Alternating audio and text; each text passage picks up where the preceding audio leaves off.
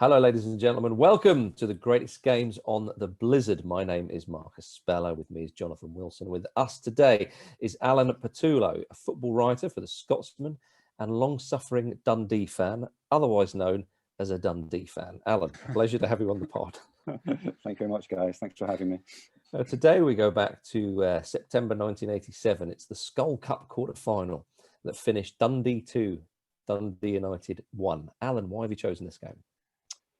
I think ask any Dundee fan of my generation, they would probably pick this game as well.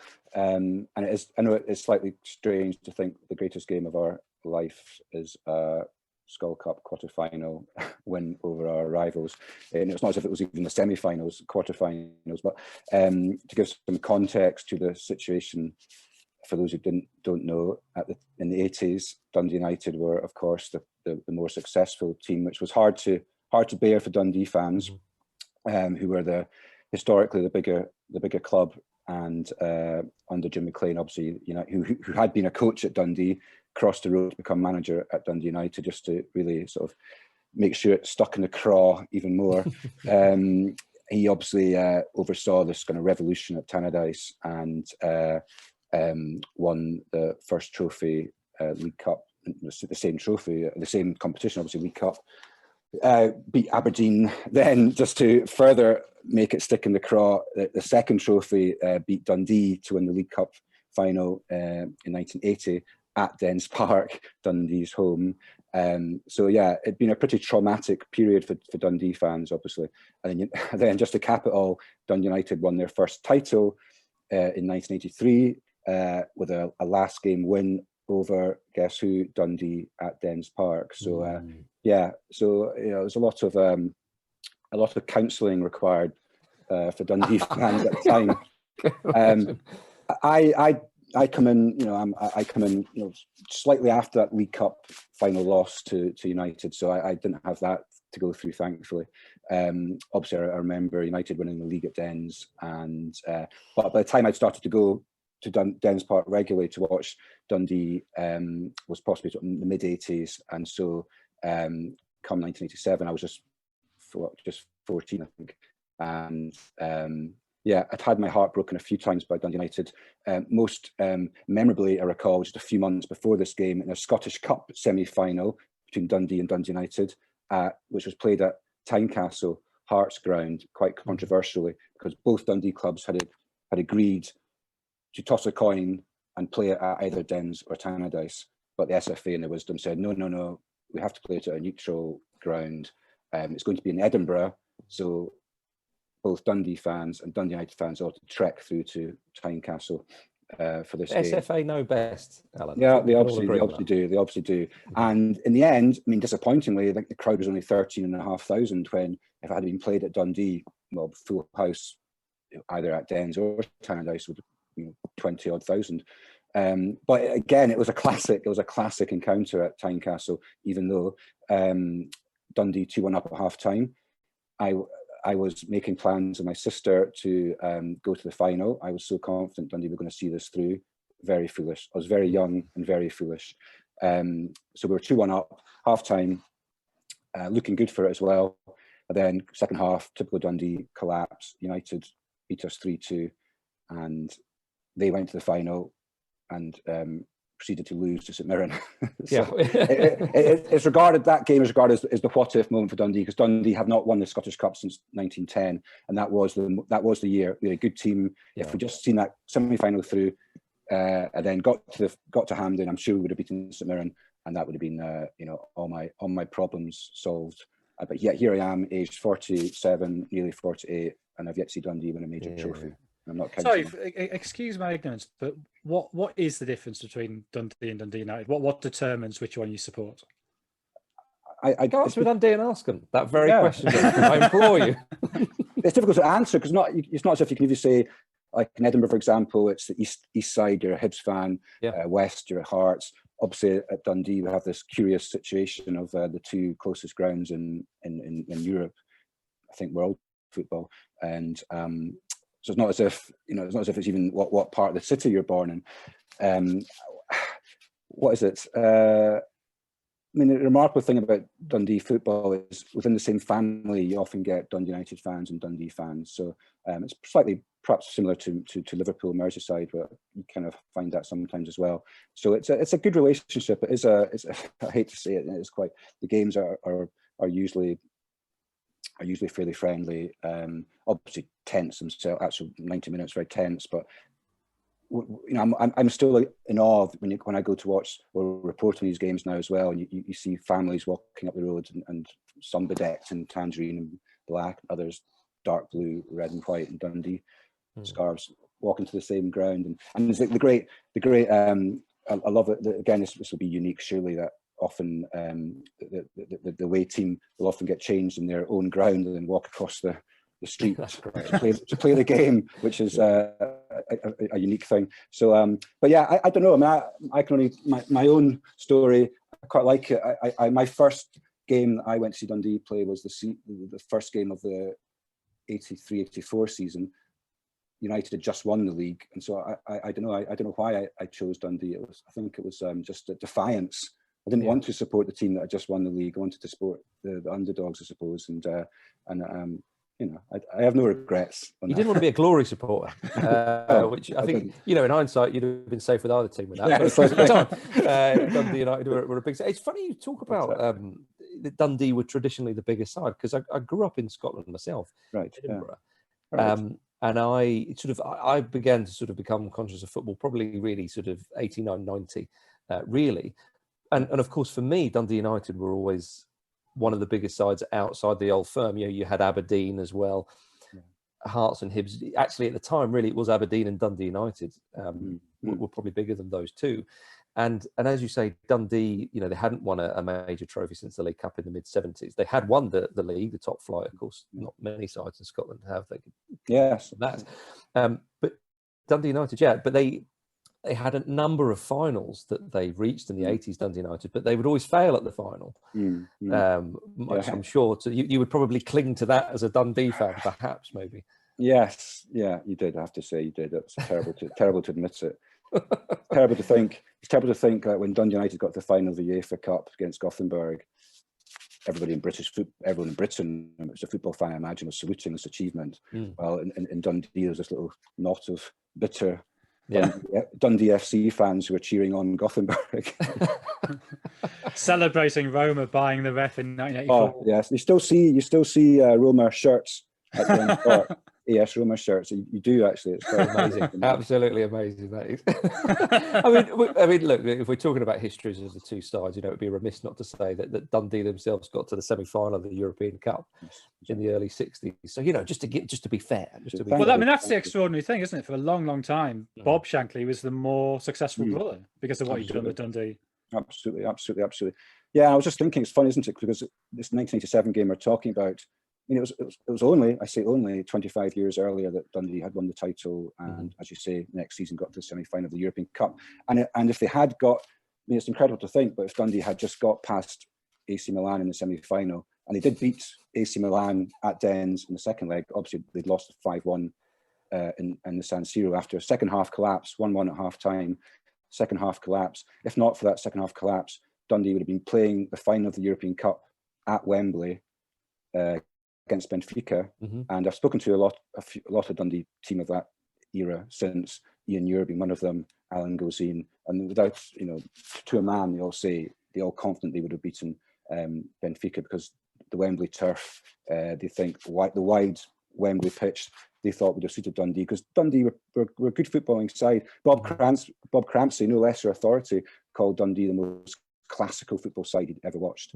And Dundee, what did Benfica ever done apart from winning the previous two European Cups? I can't think of anything. But we'll now dub them the unofficial European champions of that year, Alan. So don't worry, your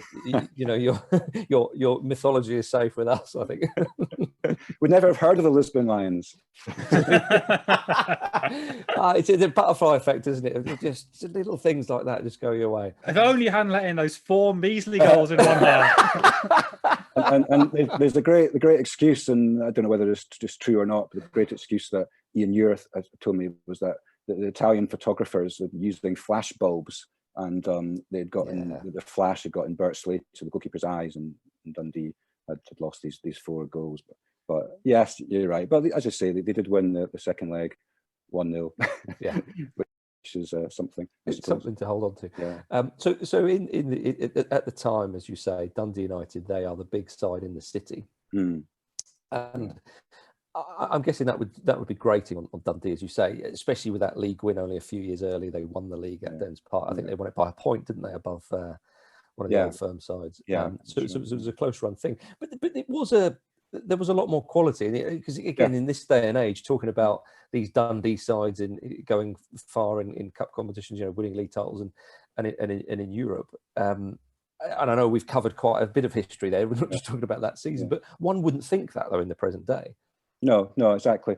I mean, I would still regard that Dundee team of the mid-80s as the finest Dundee team I have watched, which for people listening again might not mean much, but in the early 2000s, Dundee did have a pretty good team with Claudio Canigia, obviously signing, and I think a lot of people might be surprised by me saying that, but the Dundee team of this vintage had players like Tosh McKinlay, left back, who obviously went on to Hearts and Celtic, played in the World Cup finals for Scotland, and John Brown, midfield, again a great player, went on to make his name make his name further with Rangers, 9 in a row team, and up front, fans still, and not just Dundee fans, Scottish football fans still regard Tommy Coyne and Keith White as the finest goal scoring partnership they have watched, and they were a fantastic duel, and which for Dundee fans, what made it all the sweeter, Tommy Coyne bought from Dundee United for pittance, £50,000,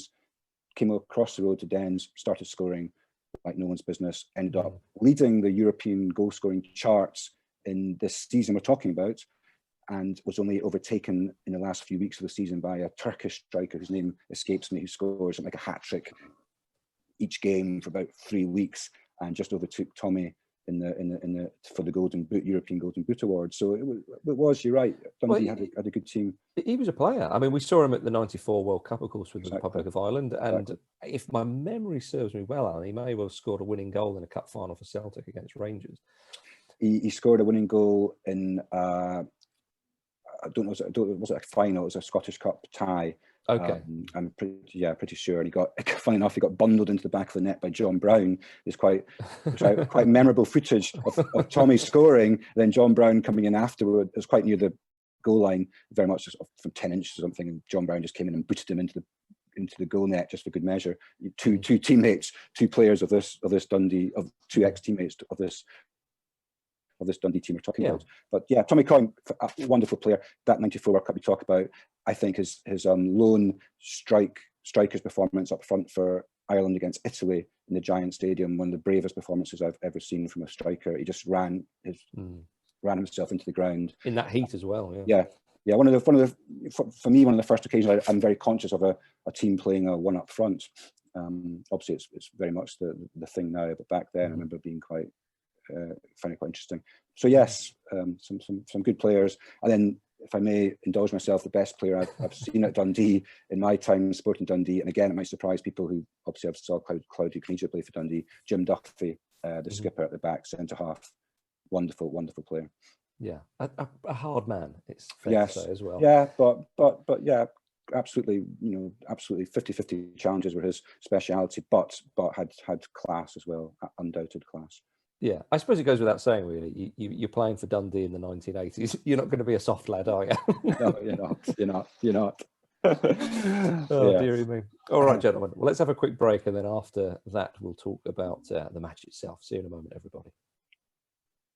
Welcome back to the greatest games on the Blizzard. Right then, so we're in the quarterfinal of the Skol Cup. Lovely to hear it being called the Skol Cup. The League Cup, of course. Yeah, Skol being obviously a lager brand of the time, although it's still prominent to this day in, bizarrely, Brazil. That's right, yeah. I don't know if Jonathan remembers, well, obviously I was there for the World Cup in 2014, and one of my first memories was landing in Rio de Janeiro and seeing a big lorry with Skol. Alan, it was totally the same for me. I went traveling in South America, right, 2005-06, and we got to Rio. And it was like, Skol. It's like, bloody hell.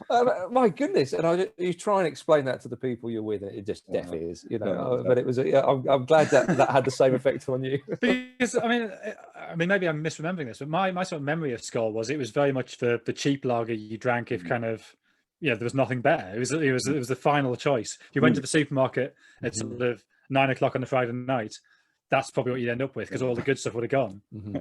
Are you suggesting a classy brand wouldn't sponsor the Scottish League Cup in the 1980s? I know tenants have done a lot of sponsorship, so yes. Well, fair enough. Well, indeed. So this was an early memory for you going to the match. I mean, it's a quarterfinal of the cup against the rivals. I mean, it must have felt like quite a special occasion, despite, as you say, the other finals and semi-finals that the teams have been in fairly recently. Absolutely. Well, I'm just looking back at my scrapbook. I kept a scrapbook at the time, and the local newspaper, the Dundee Courier, on the morning of the game, headline was, prospective classic. Everything was in place for a classic match. Dundee United, obviously, the good team that they were. We should say just how good they were. I mean, you looked down some of those players. Yeah. David Nair, who obviously scored the brilliant goal in the toe poker in the '82 World Cup. And then people like Mellis Malpass and Eamon Bannon and Kevin Gallagher, young Kevin Gallagher, Ian Ferguson, Paul Sturrock. They're players who even sort of an English audience who haven't really paid much attention to Scottish football would be aware of. And those, the wins against Barcelona, which were early, the previous season, but earlier the same year, they sort of pervaded the consciousness of British football, and I think probably European football, because to beat Barcelona, I mean, they beat them home and away, didn't they? Both games. Yeah, absolutely. And in the quarterfinals, then I think the more impressive win of that run was beating Borussia Mönchengladbach in the semi. Who were a very, very fine team at the time, and hadn't lost at home for possibly a good few years in Europe. And United beat them there in Germany as well.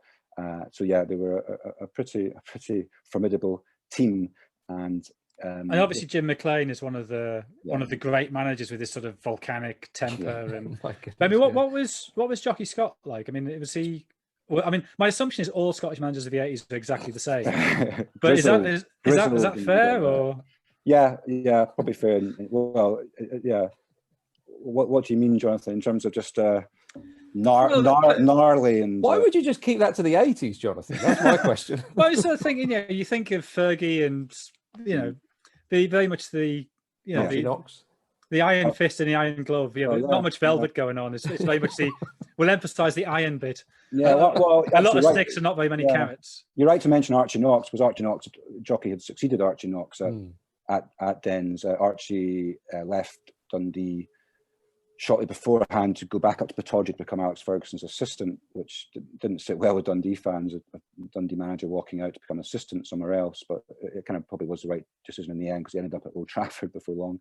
But Jockey stepped in, and you're right what you say, Jonathan. Jockey was quite a gnarly character. He didn't suffer fools gladly, but he was a great player. He was, a wonderful football player, and if you ask Dundee fans of that vintage who they enjoyed watching the most, and Jockey would always be, I think, mentioned. He was just a great goal scorer. So, and I was just reading a quote from the newspaper report from this game. I was mentioning in a review of the game the next day.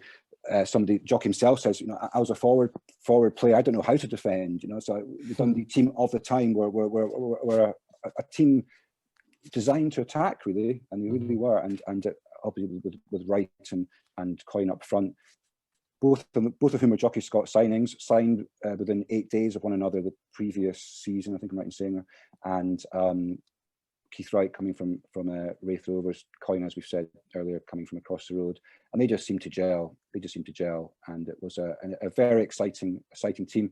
And if I can just project a few months further on after this game very quickly, towards the end of that year, '87, Dundee actually created a top flight Scottish record for scoring a number of goals in successive games, both of which were away from home. They beat Falkirk 6-0 on Saturday, then beat Morton on the Wednesday 7-1 at Capello.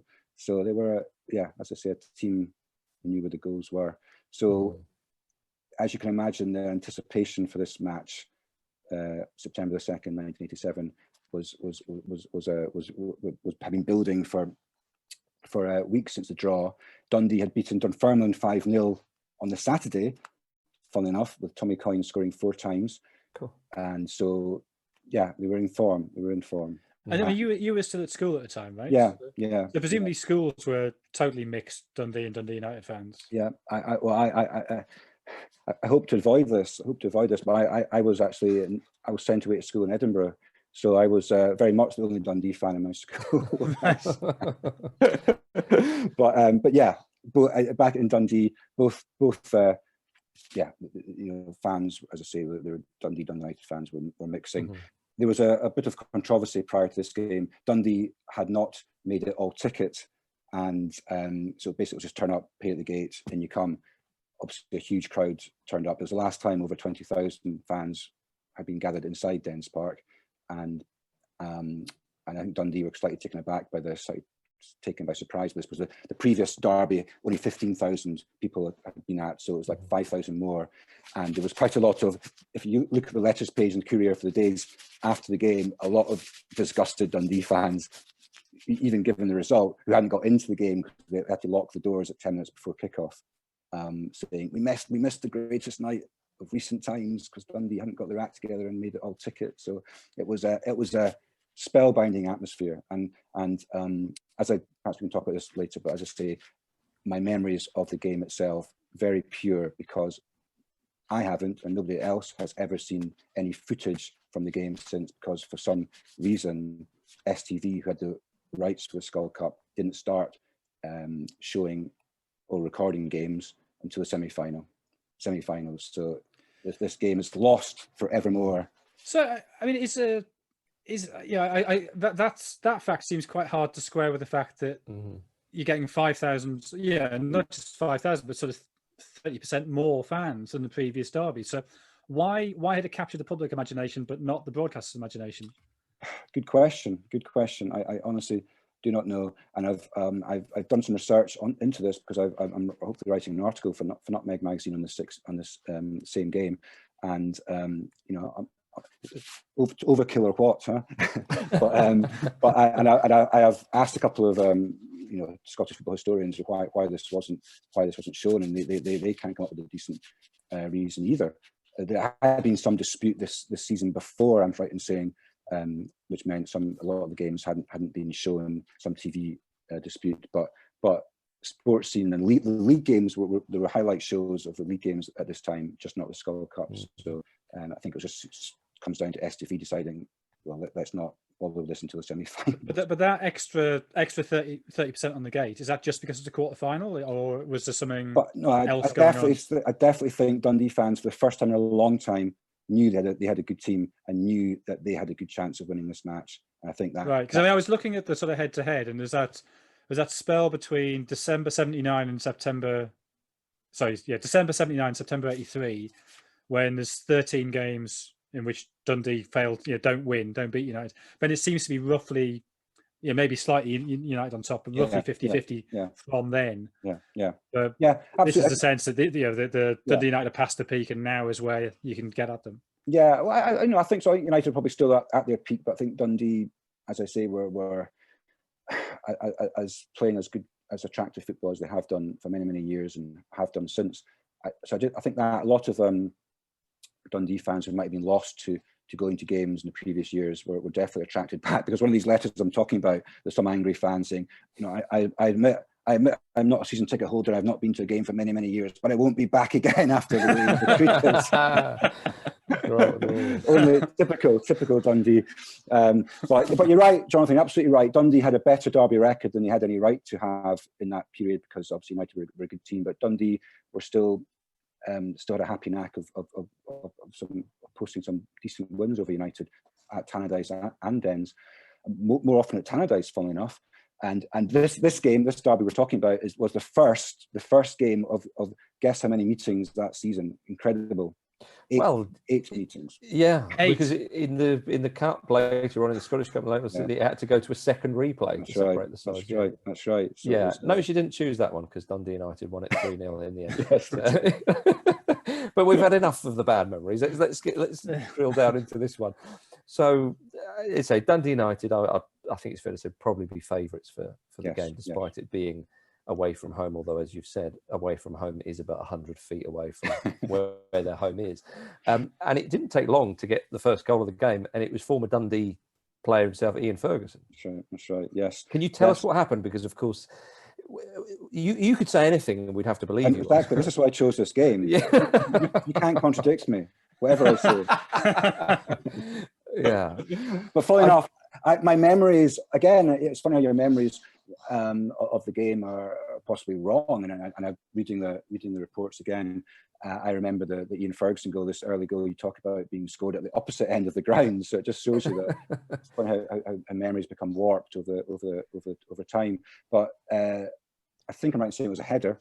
Looking at a picture of it, it looks like a header. Yeah, just go with that. And it was at the Provost Road end of the ground. I actually thought it had been at the TCK end, but and it was after 6 minutes, I think. And from that point on, it was almost constant pressure from Dundee United. For the way I'm talking is like Dundee had swept United off the park this night, but Dundee were very much the second best team until very, very late on, when Tommy Coyne managed to steal an equaliser with just a few minutes left. And I can still remember, it's funny, this raw emotion inside me. It's just building, seeing this goal at my end of the park. I was in the main stand, lovely old main stand at Dens Park. Archibald Leach Jonathan, one of his finest designs, and section F, father and son section.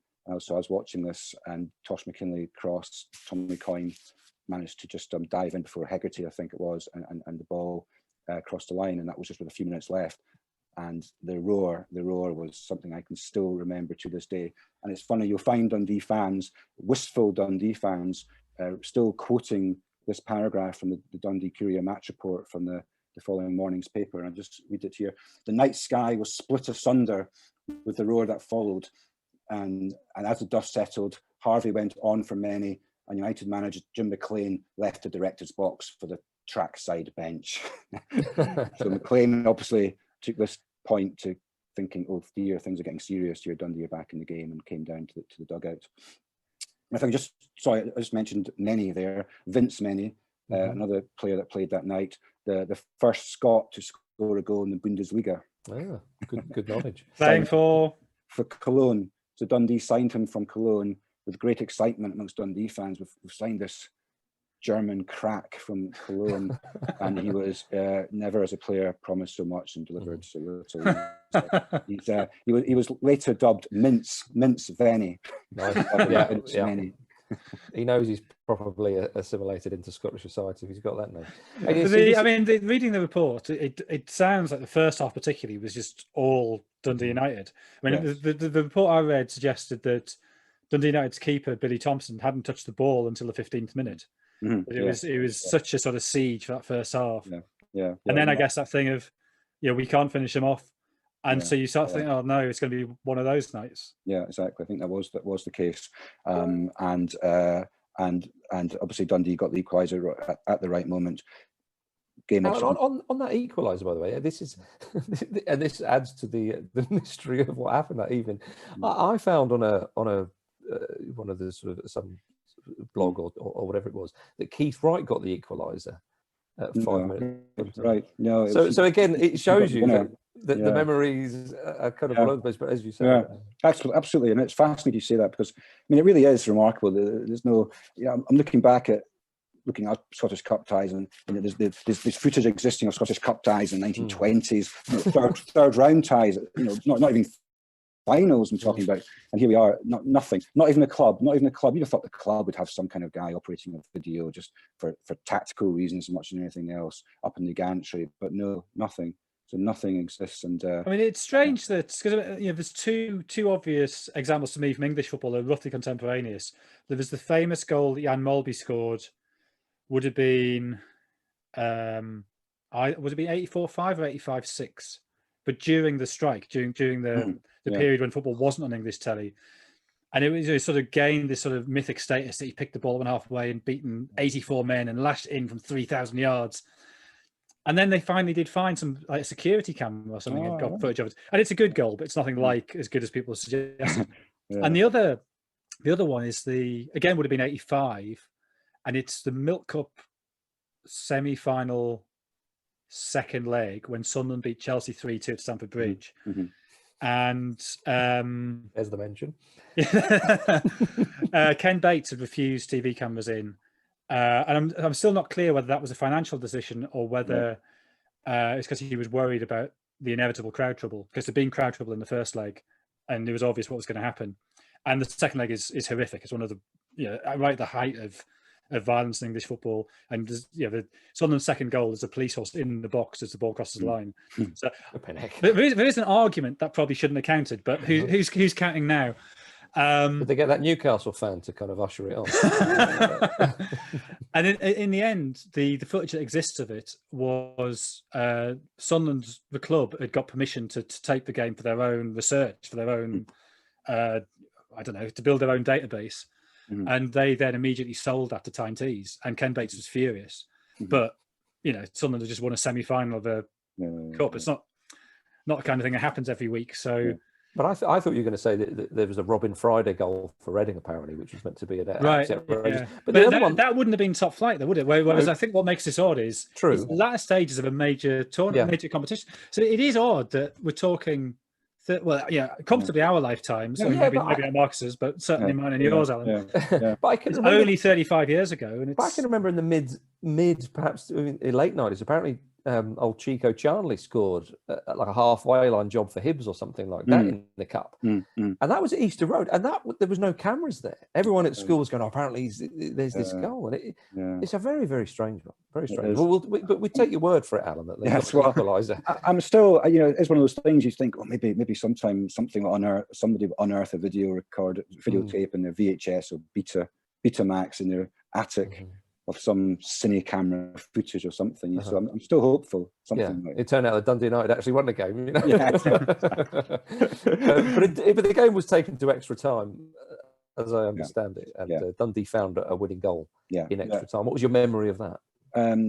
Not great in terms of if you ask me to replot the move, but I do remember in the following days, following the next home match.